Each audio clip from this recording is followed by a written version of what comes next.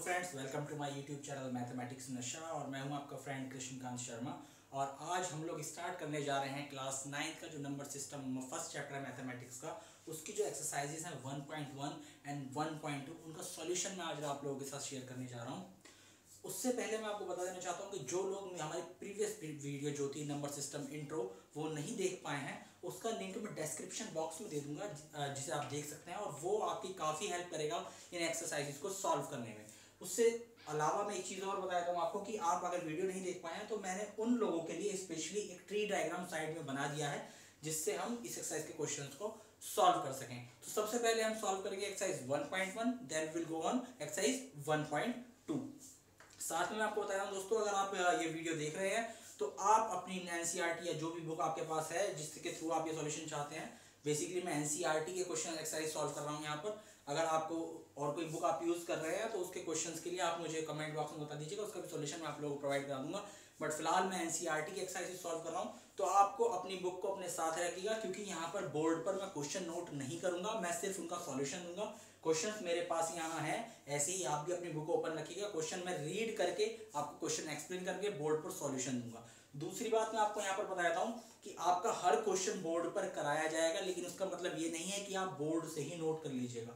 मैंने पहले ही बताया कि मैथमेटिक्स का तरीका ये होता है, अगर कोई चीज़ आपको नहीं आती है, आपको टीचर एक्सप्लेन कर रहा है बोर्ड पर, आप ध्यान से बोर्ड से उस चीज़ को समझिएगा, फिर उसके बाद अपने आप से सॉल्व करने की कोशिश कीजिएगा। जी हाँ, उसे आप बोर्ड से मत नोट कीजिएगा, अपने आप सॉल्व कीजिएगा। अगर आपको फिर प्रॉब्लम आ रही है तब आप बोर्ड की हेल्प वीडियो के थ्रू ले सकते हैं। तो आइए स्टार्ट करते हैं आज का वीडियो, एक्सरसाइज 1.1 का सॉल्यूशन। आपके यहाँ पर एक्सरसाइज 1.1 में स्टार्ट करने जा रहा हूँ नंबर सिस्टम की, और उसका सॉल्यूशन यहाँ पर मैं आप लोगों के साथ शेयर कर रहा हूँ दोस्तों। सबसे पहले हम एक्सरसाइज 1.1 का जो क्वेश्चन नंबर 1 है वो स्टार्ट करेंगे, लेकिन उससे पहले मैंने जो ट्री चार्ट बनाया है, एक बार जो हमारे चैनल पर न्यू कमर है उन्हें मैं बता देता हूँ कि सबसे टॉप पर हमारी जो कैटेगरी होती है रियल नंबर होती है, उसके अंदर से दो कैटेगरी निकलती है, रेशनल नंबर और इरेशनल नंबर। तो सीधी सी बात है, रियल नंबर के अंदर से दो कैटेगरी निकल रही है, रेशनल एंड इरेशनल। अब रेशनल से निकले हैं हमारे इंटीजर्स, और इंटीजर के अंदर से निकला है होल नंबर, और होल नंबर के अंदर से निकले हैं नेचुरल नंबर। ये हमारा नंबर चार्ट है, और इनकी डीप एक्सप्लेनेशन अगर आपको चाहिए तो जो लिंक मैं आपको वीडियो का जो हमारी इंट्रो है नंबर सिस्टम का, जो डिस्क्रिप्शन बॉक्स में लिंक मैं दे रहा हूँ, वो वीडियो आप पूरी वीडियो देखिएगा, आपको प्रॉपर तरीके से हर चीज क्लियर हो जाएगी। तो स्टार्ट करते हैं अपनी एक्सरसाइज 1.1 का सॉल्यूशन। क्वेश्चन नंबर फर्स्ट आपको गिवन है यहाँ पर, इज 0 अ रेशनल नंबर। आपसे कहा गया है क्या 0 एक रेशनल नंबर है। आइए इस पर बात कर लेते हैं। रेशनल नंबर कौन से होते हैं? रेशनल नंबर आपको बताया था, तो पहले हमने बात करी रियल नंबर्स की। रियल नंबर जो नंबर लाइन पर प्रेजेंट हो। रेशनल नंबर कौन से होते हैं? जो P अपॉन Q की फॉर्म में हो। क्वेश्चन नंबर 1 हम सॉल्व कर रहे हैं। रेशनल नंबर होते हैं हमारे P अपॉन Q की फॉर्म में, ये हमारे रेशनल नंबर होते हैं, जहां पर कंडीशन ये है Q की वैल्यू 0 नहीं होनी चाहिए। रेशनल नंबर को डिस्क्राइब कर रहा हूं मैं, अभी क्वेश्चन पर नहीं आ रहा हूं। आपसे कहा गया रेशनल नंबर कौन से होते हैं? P अपॉन Q की फॉर्म में होते हैं, और Q की वैल्यू 0 नहीं होनी चाहिए। इसमें कहा है Q की वैल्यू 0 नहीं होनी चाहिए, बट P की वैल्यू 0 हो जाए, हमें कोई उससे प्रॉब्लम नहीं है। अब क्वेश्चन पे वापस आ जाते हैं। क्वेश्चन में कहा गया है क्या 0 हमारा रेशनल नंबर है? बिल्कुल देख लेते हैं भाई। 0 को अपॉन में अगर 1 लगा दिया जाए तो क्या 0 का कोई और कुछ चेंज हो जाएगा? 0 में 0 तो 0 ही रहेगा, चाहे आप इसके नीचे 1 लगाएं, चाहे आप इसके नीचे 2 लगाएं, चाहे आप इसके नीचे 3 लगाएं, 0 तो 0 ही रहेगा। अब चेक कर लीजिए हमारी कंडीशन, P अपॉन Q की फॉर्म में ये है, बिल्कुल है जी। क्या Q की वैल्यू 0 है? नहीं, Q की वैल्यू 1 2 3 और कुछ भी हो सकती है, बट 0 नहीं है। P की वैल्यू 0 है, उससे कोई मतलब नहीं, लेकिन Q की वैल्यू 0 नहीं है, सो आप लिख देंगे yes 0 is a rational number. एक पार्ट तो आपका यहां पर सॉल्व हो गया, 0 आपका रेशनल नंबर है। सेकंड पार्ट पर आ जाते हैं। Can you write it in the form of P upon Q where P and Q are integers and Q is not equal to 0। आपसे कहा गया क्या अगर ये रेशनल नंबर है? आपने कहा हाँ है। अगर ये रेशनल नंबर है तो क्या आप इसे P अपॉन Q की फॉर्म में लिख सकते हैं, जहां पर P और Q इंटीजर हो और Q की वैल्यू 0 ना हो? भाई मैंने कैसा एग्जांपल दिया, P अपॉन की फॉर्म में 0.1 भी लिखा जा सकता है, 0.2 भी लिखा जा सकता है, 0.3 भी लिखा जा सकता है, और P और Q इंटीजर है, क्योंकि इंटीजर हमारे होते हैं all complete numbers, 0 1 0 2 0 3। P upon Q की फॉर्म में आ गया, और Q की वैल्यू भी 0 नहीं है। So this is the whole about question number 1। यहाँ पर आपका जो क्वेश्चन नंबर 1 है वो कंप्लीट होता है। सभी को समझ में आ गया होगा दोस्तों, इसे मैं कर देता हूं क्लियर और बढ़ते हैं अपने नेक्स्ट क्वेश्चन की तरफ। क्वेश्चन नंबर 2 रीड कर लेते हैं। क्या है question number 2? Find 6 rational number between 3 and 4।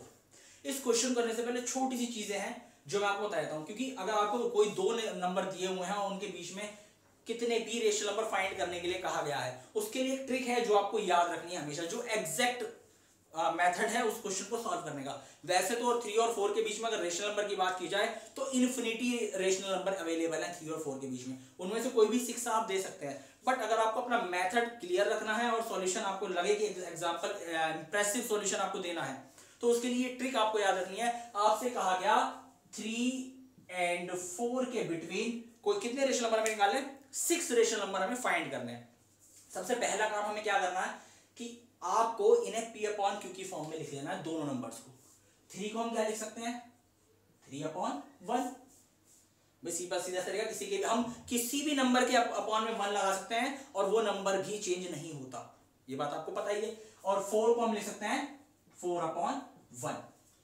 दोनों P अपॉन Q की फॉर्म में हमने लिख लिए। दूसरी बात, आपको यहां पर हमें दोनों का जो नीचे वाला हिस्सा है वो आपका सेम है। कई जगह ऐसा होगा कि 3 अपॉन 5 और 4 अपॉन 6 के मतलब 4 अपॉन 7 के बीच में आपको रेशनल नंबर निकालना है, तो उस कंडीशन में आपको पहले उनका डिनोमिनेटर सेम करना होगा। यहाँ पर डिनोमिनेटर ऑलरेडी सेम है, उस चीज को भी ध्यान नहीं देते हैं, अभी सिंपल वे पे आ जाते हैं। आपका P अपॉन Q की फॉर्म में आ गया। अब आपको करना क्या है कि आपको कितने नंबर निकालने हैं वो देखना है। आपको 6 रेशनल नंबर्स यहाँ पर फाइंड करने हैं। जितने रेशनल नंबर्स फाइंड करने हैं उसमें एक ऐड कर दीजिएगा। 6 + 1 इक्वल हो गया 7। कोई दिक्कत यहां तक?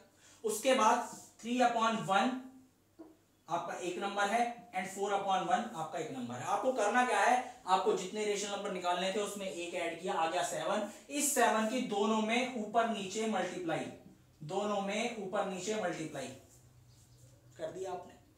7 × 3 21, 7 × 1 7, 74 28 अपॉन 7। आप देखिएगा मैंने अगर सेम से ऊपर नीचे यहां पर भी ऊपर नीचे मल्टीप्लाई किया तो मतलब कि 21 अपॉन 7 3 ही तो रहा, कुछ चेंज नहीं किया, सिर्फ एक मेथड फॉलो करते जा रहे हैं। 4 अपॉन 1 7 अपॉन 1 28 अपॉन 7। अब आपको करना क्या है कि आपको ये जो आपके पास न्यू नंबर्स आए हैं, जो आपके पुराने नंबर्स थे उन्हीं का न्यू वर्जन है, वही नंबर्स हैं, सिर्फ उन्हें थोड़ा सा हमने अपने मेथड को क्लियर करने के लिए चेंज कर दिया। 21 अपॉन 7 और 28 अपॉन 7। इन दोनों नंबर्स के बीच में जितने भी आपके नंबर्स आते हैं उन्हें आप नोट कर दीजिएगा। 21 के बाद और 28 से पहले लिख लेते हैं। क्या आएगा 21 के बाद? 22 upon 7, 23 upon 7, 24 upon 7, 25 upon 7, 26 upon 7 and 27 upon 7। Count कर लेते हैं कितने नंबर आ गए हमारे पास। 1 2 3 4 5 6। एग्जैक्ट 6 नंबर्स जो होने चाहिए वो आपके सामने आ चुके हैं और यही आपका आंसर होगा। सभी को समझ में आ गया? मेथड सिंपल है, पहले P अपॉन Q के फॉर्म में दोनों नंबर को लिखिएगा। अगर नहीं दिए हुए हैं, अगर P अपॉन Q फॉर्म में दिए हुए हैं तो हमारा डायरेक्ट हमारा जो कॉन्सेंट्रेट करेंगे हम कितने नंबर फाइंड करने हैं उस पे। 6 नंबर फाइंड करने थे, उनमें 1 ऐड किया, 7 आ गया। उस 7 की दोनों नंबर्स के में ऊपर नीचे मल्टीप्लाई कर दी। जो नंबर्स आए हमारे बीच में उनमें एक इक्वल डिस्टेंस 1 के इक्वल गैप से हमने 6 नंबर लिखे। 21 के बाद वाला, 28 से पहले वाला, 22 23 24 25 26 27 6 एग्जैक्ट आपके पास रेशनल नंबर आ गए 3 और 4 के बीच में। यही आपका आंसर होगा। आशा है सबको समझ में आ गया होगा। बढ़ते हैं नेक्स्ट क्वेश्चन की तरफ। नेक्स्ट क्वेश्चन क्या है हमारा? क्वेश्चन नंबर 3, उसे थोड़ा सा ध्यान से रीड कर लेते हैं। सिमिलर क्वेश्चन है, मैं सिर्फ अभी यहाँ पर सभी क्वेश्चन का सॉल्यूशन दे रहा हूं, बट आपसे मेरी बार बार यही रिक्वेस्ट है कि सॉल्यूशन देखकर नोट मत कीजिएगा, यहाँ से समझिएगा और उन्हें फिर अपने आप करने की कोशिश कीजिएगा। उससे आपको आगे दोबारा उन्हें हेल्प करने में करने में बहुत हेल्प मिलेगी। नेक्स्ट क्वेश्चन है हमारा, find 5 rational number between 3 upon 5 and 4 upon 5। 2 rational number आपको दिए हुए हैं 3 अपॉन 5 एंड 4 अपॉन 5। इन दोनों के बीच में आपको कोई भी 5 रेशनल नंबर फाइंड करने हैं। 5 रेशनल नंबर आपको फाइंड करने हैं। मैंने पहले कहा है कि 2 नंबर के बीच में इन्फिनिटी रेशनल नंबर होते हैं, आप कोई भी रेशनल नंबर उठा के लिख सकते हैं, बट आपको हमेशा याद रखना है कि आप अगर मेथड फॉलो करके करेंगे तो किसी क्वेश्चन को मैथमेटिक्स के अंदर, तो वो आपका बहुत इंप्रेसिव होगा और एग्जैक्ट आंसर आपको वहां से मिलेगा। सबसे पहला काम था नंबर को p अपॉन q में कन्वर्ट करना, भाई दोनों नंबर p अपॉन q में ऑलरेडी है। अब देखते हैं इनका डिनोमिनेटर दोनों का सेम है 5 5, तो अब हमें कॉन्सेंट्रेट करना है कितने नंबर हमें इनके बीच में फाइंड करने हैं। 5 नंबर्स हमें फाइंड करने हैं, तो क्या करेंगे 5 में 1 ऐड करेंगे, हमारे पास आ गया 6। फर्स्ट नंबर था 3 अपॉन 5, क्या करेंगे 3 अपॉन 5 में ऊपर नीचे 6 से मल्टीप्लाई।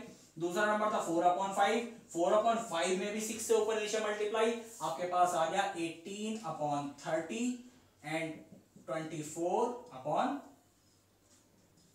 30। ये 2 रेशनल नंबर आपके आ गए जिन्हें आपने इंप्रोवाइज किया है सिचुएशन के अकॉर्डिंग, कुछ इसमें चेंज नहीं है। अगर 18 अपॉन 30 कन्वर्ट करेंगे 3 अपॉन 5 ही आपके पास आएगा, और इसे कन्वर्ट करेंगे 4 अपॉन 5 है, क्योंकि सेम से हमने ऊपर नीचे मल्टीप्लाई किया तो चेंज होने वाला ही नहीं है। अब हमें क्या करना है 18 और 24 के बीच में जो हमारे नंबर है उन्हें नोट कर लेते हैं। 18 के बाद क्या आएगा दोस्तों 19 अपॉन 30, 20 अपॉन 30, आपका 21 अपॉन 30, 22 अपॉन 30, 23 अपॉन 30, 24 अपॉन 30 जो आपकी ऑलरेडी है, तो यहीं तक छोड़ देंगे। कितने रेशनल नंबर में फाइंड करने थे 5, काउंट कर लेते हैं 1 2 3 4 5, एग्जैक्ट 5 रेशनल नंबर आपको यहां पर मिल गए हैं और यही आपका फाइनल आंसर है। आई एक्सपेक्ट कि आपको सभी को ये मेथड आसानी से समझ में आ गया होगा। अब इसके बाद बढ़ते हैं अपने नेक्स्ट क्वेश्चन की तरफ, इसे मैं कर देता हूं क्लियर। नेक्स्ट क्वेश्चन जो है हमारा, अब आपको जो इंट्रो समझाया गया था लास्ट वीडियो में नंबर सिस्टम का जो कैटेगराइजेशन इंट्रो है, अगर आपको वो समझ में नहीं आया है आप प्लीज रिक्वेस्ट है उस वीडियो को दोबारा देखिएगा। और साथ ही मैंने वीडियो के एंड में कहा था कि एक प्रॉपर चार्ट पेपर पर उसका ट्री डायग्राम बना के अपने स्टडी रूम में लगाइएगा, जिससे आपको हेल्प मिलेगी। अगर आपने अभी भी वो नहीं लगाया है तो आप प्लीज उसे बना लीजिएगा, आपकी हेल्प के लिए मैंने यहाँ पर ट्री डायग्राम बना दिया है। बढ़ते हैं नेक्स्ट क्वेश्चन की तरफ। नेक्स्ट क्वेश्चन है आपका state whether the following statements are true and false, give reason for your answer. आपको स्टेट करना है कि जो आपके स्टेटमेंट हैं वो ट्रू हैं या फॉल्स हैं, साथ में आपको रीजन भी दे देना है। फर्स्ट है आपका every natural number is a whole number, हर नेचुरल नंबर होल नंबर होता है। बिल्कुल समझ लेते हैं इस बात को, आपके आ जाते हैं यहां पर भाई होल नंबर और नेचुरल नंबर के ऊपर ये क्वेश्चन है, तो इन दोनों पर हम ध्यान देंगे। होल नंबर आपके ये हैं और होल नंबर के अंदर से निकले हैं नेचुरल नंबर, होल नंबर के अंदर से निकले हैं नेचुरल नंबर। होल नंबर हमारे कहां से स्टार्ट होते हैं, क्वेश्चन नंबर है हमारा यहां पर 4 का फर्स्ट पार्ट। होल नंबर हमारे होते हैं 0 1 2 3 एंड इंफिनिटी। नेचुरल नंबर की अगर मैं बात करूं वो होते हैं 1 2 3 4। अब आप अगर यहां पर ध्यान से देखेंगे कि होल नंबर के अंदर से नेचुरल नंबर निकले हुए हैं, मतलब जितने भी नेचुरल नंबर हैं वो नेचुरल तो है ही, साथ में होल नंबर भी हैं, है या नहीं? क्योंकि होल नंबर में कुछ एक्स्ट्रा है, होल नंबर के अंदर से ही तो नेचुरल निकले हैं, तो ये आपका नेचुरल नंबर जो है, जितने भी नेचुरल नंबर है वो आपके होल नंबर होंगे। क्वेश्चन क्या था, every natural number is a whole number. बिल्कुल सच बात है ये कि हर जो नेचुरल नंबर है वो होल नंबर होता है। समझ में आ गई बात। सेकंड पार्ट की तरफ बढ़ते हैं। सेकंड पार्ट क्या है हमारा, every integer is a whole number. हर इंटीजर जो होता है हमारा वो होल नंबर होता है। सबसे पहले जो इंटीजर देख लेते हैं कौन से होते हैं, -3 -2 -1 0 1 2 3 इंफिनिटी। मैंने आपको समझाया हुआ है कि नेगेटिव इंफिनिटी से लेकर पॉजिटिव इंफिनिटी तक जितने भी कंप्लीट नंबर होते हैं वो आपके इंटीजर होते हैं। उसके बाद आ जाते हैं हमारी दूसरी कैटेगरी जो है होल नंबर। होल नंबर कहां से, 0 1 2 3 इंफिनिटी तक। अब कहा गया है आपसे every integer is a whole number.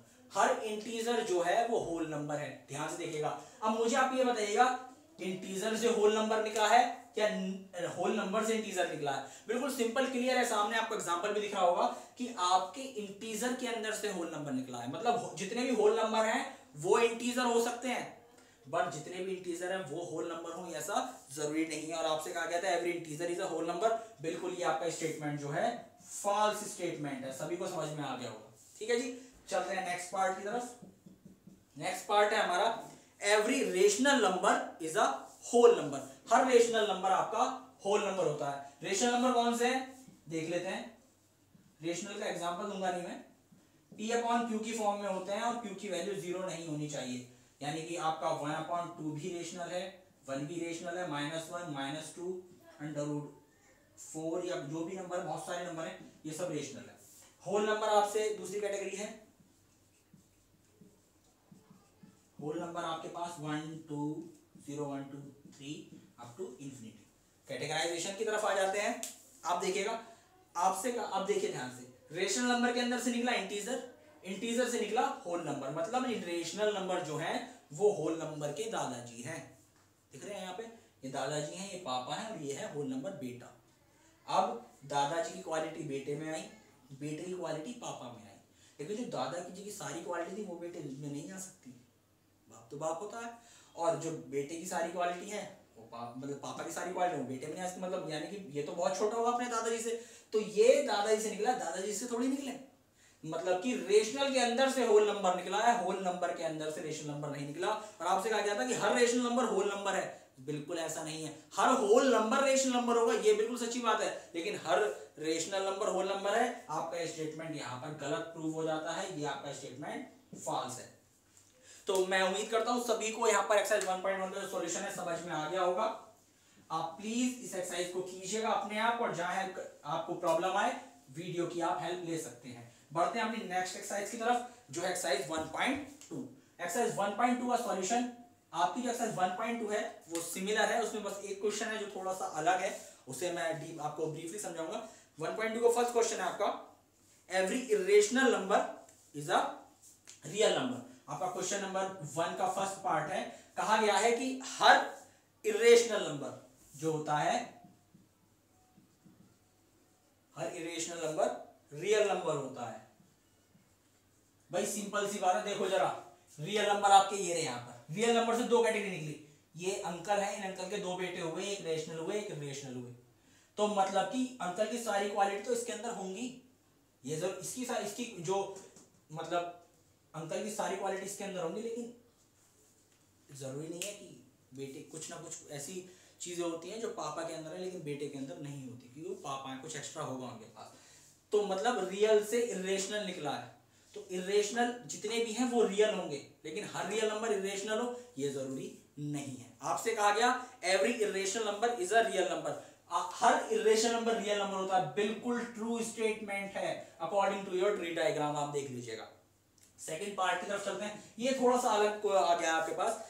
Every point on the number line is in the form of root m, मतलब कि नंबर लाइन पर जितने भी पॉइंट होते हैं वो रूट m की फॉर्म में, under root square root m की फॉर्म में होते हैं, where m is a natural number. साथ में कहा गया है जहां पर m जो है आपका नेचुरल नंबर है, नेचुरल नंबर मतलब countable numbers, all countable numbers starting from 1 to infinity. अब आपसे कहा गया कि नंबर लाइन जो आपकी होती है 0 1 2 3 4 -1 -2 -3 -4 पॉइंट नंबर्स भी इस पर हैं, उस पर सभी नंबर्स जो होते हैं वो अंडर रूट m की फॉर्म में होते हैं, और m की वैल्यू m एक नेचुरल नंबर है। नेचुरल नंबर रख के देख लेते हैं, m की जगह पर आप 1 रखिएगा, आपके पास आ गया अंडर रूट m की वैल्यू 1, अंडर रूट 2 की वैल्यू 1 पॉइंट कुछ भी 0.732, 3 की वैल्यू पॉइंट में कुछ आ गई, 4 की वैल्यू पॉइंट में कुछ आ गई। अब जितनी भी जीरो से आगे वाली वैल्यूज हैं वो अगर इसे पुट करते हैं वो वैल्यूज तो आपके पास आ रही हैं, बट क्या कोई वैल्यू ऐसी है कि अगर हम m के अंदर कोई नेचुरल नंबर से कोई ऐसी वैल्यू आप फाइंड कर सकते हैं कि अगर आप m के अंदर पुट करें तो -1 आ जाए या -2 आ जाए या -3 आ जाए? बेटा पहले ही बता देता हूं, जितने भी हमारे नेगेटिव नंबर्स होते हैं वो किसी का भी स्क्वायर रूट नहीं होते, किसी भी नेचुरल नंबर का स्क्वायर रूट नहीं होते। और कहा गया है m आपका नेचुरल नंबर है, मतलब कि आप m की वैल्यू कुछ भी नेचुरल नंबर पुट कीजिएगा आपके पास नेगेटिव साइड नहीं आने वाली। तो यानी कि आपका जो स्टेटमेंट था कि नंबर लाइन पर जितने भी आपके पॉइंट्स हैं वो स्क्वायर रूट m की फॉर्म में होते हैं, जहां m एक नेचुरल नंबर है, बिल्कुल फॉल्स स्टेटमेंट है ये, कहीं तक ये बात सच नहीं है। समझ में आ गया होगा, क्यों नहीं है वो भी एक्सप्लेनेशन आपको मिल गई है, आप अपने वर्ड्स में एक्सप्लेन कर सकते हैं। मैं चाहूँ तो एक्सप्लेनेशन बोर्ड पर लिख सकता हूँ, लेकिन आप लोगों को बिल्कुल ये गलत आदत मैं नहीं डालूंगा। आपको हमेशा मैं बार बार बोलता हूँ, एक्सप्लेन करना मेरा काम है, लेकिन वर्डिंग देना आपका काम है। आप CBSE बोर्ड में 9th स्टैंडर्ड में है, तो अब इंडिपेंडेंट स्टडी पहले भी बोल चुका हूँ, उस पर बहुत ध्यान देना है। अब बढ़ते हैं नेक्स्ट क्वेश्चन की तरफ। Every real number is an irrational number. Her real number जो होता है वो इरेशनल नंबर होता है। पहले था इरेशनल नंबर रियल नंबर होता है, अब कहा है रियल नंबर इरेशनल नंबर होता है, उसी को उल्टा हो गया। बेटा इरेशनल नंबर रियल नंबर होगा लेकिन रियल नंबर इरेशनल नंबर होगा, ये बिल्कुल भी गलत बात है, बिल्कुल भी जरूरी नहीं है, बिल्कुल क्या जरूरी ही नहीं है, ये बात ही गलत है कि हर रियल नंबर इरेशनल होगा। रियल में तो और भी बहुत सारे हैं, जो थोड़े सारे सिर्फ इरेशनल ही हो, रियल में रेशनल भी है। समझ में आ रही है ना बात? तो ये स्टेटमेंट भी आपका यहाँ पर गलत प्रूव हो जाता है, तो ये भी आपका फॉल्स स्टेटमेंट है आपके लिए दोस्तों। आपको समझ में आ रहा होगा, आपका क्वेश्चन नंबर 1 यहाँ पर सॉल्व हो गया। मैं रब कर देता हूं, बढ़ते हैं नेक्स्ट क्वेश्चन की तरफ। नेक्स्ट क्वेश्चन है आपका क्वेश्चन नंबर 2। ये भी थोड़ा सा हटता हुआ क्वेश्चन है, पढ़ लेते हैं, क्या रीड कर लेते हैं एक बार। Are the square roots of all positive integers, सबसे पहले लिखते चले जाएंगे जो हमें बातें बताई गई हैं। All positive integers, positive integer क्या होते हैं? जीरो से आगे वाले, यानी नेचुरल नंबर की यहाँ पर बात हो रही है, लेकिन हम नेचुरली हम क्वेश्चन के अकॉर्डिंग ही चलेंगे, पॉजिटिव इंटीजर्स ही लिखेंगे इन्हें, 1 2 3 अप टू इंफिनिटी। हाँ जी, are the square roots of all positive integers irrational. आपसे पूछा गया है कि क्या जितने भी हमारे पॉजिटिव इंटीजर्स हैं उनका स्क्वायर रूट इरेशनल होता है? बिल्कुल ऐसा नहीं है, ध्यान से देखिएगा। अंडर रूट, पहले तो आपको सबसे पहला पॉजिटिव इंटीजर है 1, उसका स्क्वायर रूट करते हैं, 1 आ गया। 2 कुछ भी आएगा, मैं आंसर नहीं दे रहा। पहली चीज, हमारे जो जितने भी ये नंबर्स आ रहे हैं, अंडर रूट 2 का जो स्क्वायर रूट होता है वो एक इरेशनल नंबर होता है। क्यों होता है? क्योंकि हमारे पास दो तरह के नंबर है, प्राइम कंपोजिट। प्राइम नंबर जितने भी होते हैं जो सिर्फ खुद से करते हैं, किसी और से नहीं करते, प्राइम नंबर उन्हें कहते हैं। अगर वो स्क्वायर रूट के अंदर आ जाए तो उनका आउटपुट हमेशा इरेशनल होगा, ये बात याद रखना। लेकिन अंडर रूट 2 इरेशनल आ गया, चलो मान लिया हमने, क्योंकि प्राइम नंबर। अंडर रूट 3 ये भी इरेशनल आ गया। अंडर रूट 4 क्या होता है? वैल्यू 2, क्या ये इरेशनल है? बिल्कुल नहीं है। क्या ये इरेशनल है? बिल्कुल नहीं है। अंडर रूट 9 3, ये तो आपके रेशनल आ गए। और कहा क्या गया था आपसे, क्वेश्चन में कहा गया था कि क्या सभी पॉजिटिव इंटीजर के स्क्वायर रूट इरेशनल होते हैं? बिल्कुल नहीं होते। हमारे पास कुछ के होते हैं इरेशनल, लेकिन बहुत सारे ऐसे भी हैं जिनके स्क्वायर रूट रेशनल होते हैं। अंडर रूट 1 हुआ, अंडर रूट 4 हुआ, अंडर रूट 9 हुआ, अंडर रूट 16 हुआ, मतलब जितने भी हमारे कंप्लीट स्क्वायर नंबर्स हैं उनके स्क्वायर रूट रेशनल होते हैं। तो आपका यहाँ पर आंसर आ गया नो। आगे क्या लिखेंगे? No the square roots of all positive integers are not irrational. पहली बात यहाँ प्रूव हुई। इफ नॉट, पता था इसे आंसर, हमारे साथ मजाक कर रहा है। आंसर भी दे दिया बाद में, इफ नॉट। इसे पता, इफ नॉट ही क्यों लिखा? यस लिखता, गलत, बिल्कुल सही बात। If not, give an example of that square root of number that is rational. अगर ऐसा नहीं है तो एग्जाम्पल दो उस नंबर का जो रेशनल है। बेटा मैंने 3 दे दिए, 2 लिख देते हैं। Under root 4, under root 9, under root 16 और बहुत सारे एग्जांपल्स हैं। कब किसी भी कंप्लीट स्क्वायर नंबर को आप ले सकते हैं। तो ये आपके यहाँ पर आंसर्स आ गए, आपको समझ में आ गया होगा क्वेश्चन। नेक्स्ट क्वेश्चन की तरफ बढ़ते हैं। नेक्स्ट क्वेश्चन है हमारा क्वेश्चन नंबर 3 और बहुत अलग और मजेदार क्वेश्चन है। क्वेश्चन है show how square root 5 can be represented on the number line. अच्छा, इस क्वेश्चन का सॉल्यूशन बाद में करेंगे। पहले एक बहुत अच्छी चीज जो मैं आपको बताने जा रहा हूं उसे ध्यान से समझना, क्योंकि 10th क्लास में बहुत हेल्पफुल होगी। 9th में ट्रायंगल में थोड़ा सा यूज है, 10th में पूरा चैप्टर मिल जाएगा इसी बात के ऊपर। लेकिन अभी मैं उस 10th की बात नहीं करूंगा, 9th में 9th की ही बात करेंगे। आपको यहाँ पर एक थ्योरम को थोड़ा सा याद रखना है। थ्योरम का नाम है पाइथागोरस थ्योरम। ना इसका कोई मैं आपको एक्सप्लेनेशन दूंगा, ना कोई स्टेटमेंट आपको इसका कोई प्रूफ दूंगा, सिर्फ थ्योरम याद रखनी है। पाइथागोरस थ्योरम है, एप्लीकेबल होती है आपकी राइट एंगल ट्राइंगल के ऊपर। राइट एंगल ट्राइंगल सभी को पता है ना, ऐसा ट्राइंगल जिसका एक एंगल 90 डिग्री हो वो आपका राइट एंगल ट्राइंगल होता है। ठीक है जी, 90 degree. A B C 3 point इसमें होते हैं। इसे मान लेते हैं ये है बेस, परपेंडिकुलर, हाइपोटेन्यूस, ये 3 साइड होती हैं। और पाइथागोरस थ्योरम क्या कहती है कि सबसे बड़ी वाली साइड हाइपोटेन्यूस, हाइपोटेन्यूस का स्क्वायर जो होता है वो बेस के स्क्वायर के और परपेंडिकुलर के स्क्वायर के सम के इक्वल होता है। यह है पाइथागोरस थ्योरम। इतनी सी बात है बस कि किसी भी राइट एंगल ट्राइंगल के अंदर हाइपोटेनियस का स्क्वायर बेस के स्क्वायर परपेंडिकुलर बची हुई दो साइड्स के स्क्वायर के इक्वल होता है। ये पाइथागोरस थ्योरम है। इसका यूज कैसे करना है वो मैं बता देता हूं। अगर आपसे कहा जाए show square root two, under root two को नंबर लाइन पर शो करना है, कैसे करेंगे? बिल्कुल इसी को यूज करते हुए हम करेंगे। कैसे? ध्यान से देखिएगा। अंडर रूट टू कब आएगा? इस वाले मेथड के अकॉर्डिंग अगर हम देखें कब आएगा, अगर ये मान लो ये हाइपोटेनस की वैल्यू है h की वैल्यू है, ये h की वैल्यू कब आएगी? देखिएगा h square is equal to, अगर बेस को 1 लिया जाए और परपेंडिकुलर को भी 1 लिया जाए, क्या आ जाएगा? h square is equal to 1 plus 1, h square is equal to 2, so h is equal to under root 2।